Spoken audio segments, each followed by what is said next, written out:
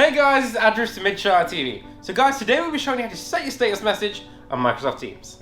Let's go.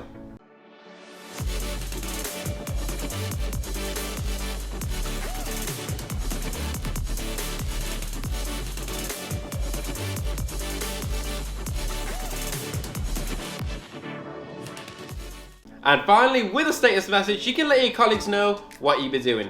This can be set for weeks, days, months, or even daily if you choose. This is completely separate from your online presence, and it can add up to 280 characters, including emojis and much more. To set a status message, you'll want to tap your profile icon. You can then click the Set Status Message button. A box will then appear, and then you can enter your custom text and choose. Keep in mind, you can also tick the box that says show when people message me. This will allow people to see your status message as they compose a message, or even mention you. For further customization, you can add a custom time for the status message to clear, on an hourly, weekly, or specific basis.